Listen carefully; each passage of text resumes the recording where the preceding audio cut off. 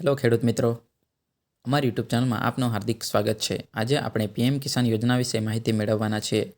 શું તમે પણ 18મા હપ્તાની તારીખની રાહ જોઈ રહ્યા છો? પરંતુ 18મા હપ્તાની તારીખ પહેલાં તમારે એક કામ કરવું પડશે, નહીં તો તમને તમારા ખાતામાં પૈસા જમા નહીં થાય. સંપૂર્ણ માહિતી મેળવવા માટે વિડીયોમાં છેલ્લે સુધી જોડાયેલા રહેજો. આગળ જોઈએ તો આ યોજના ભારત સરકાર દ્વારા ચલાવવામાં આવે છે અને તેનો સીધો લાભ ખેડૂતોને તેમના બેંક ખાતામાં હપ્તાના નાણાં મોકલીને આપવામાં આવે છે.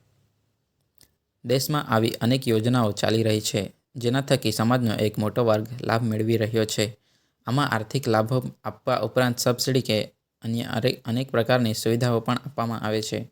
જો તમે પણ કોઈપણ યોજના માટે પાત્ર છો, તો તમે તે યોજનામાં જોડાઈ શકો છો.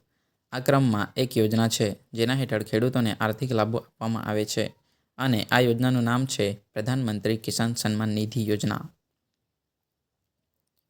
આ યોજના ભારત સરકાર દ્વારા ચલાવવામાં આવે છે અને તેનો સીધો લાભ ખેડૂતોને તેમના બેંક ખાતામાં હપ્તાના નાણાં મોકલીને આપવામાં આવે છે.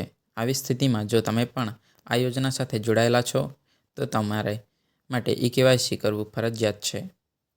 જો તમને આ કામ નહીં મળે તો તે કરી લો, અન્યથા તમને મળતા હપ્તા અટકી શકે છે. તો ચાલો જાણીએ. દેશભરમાં ખેડૂતોને પીએમ કિસાન સન્માન નિધિનો 17મો હપ્તો જૂન મહિનામાં મળ્યો હતો.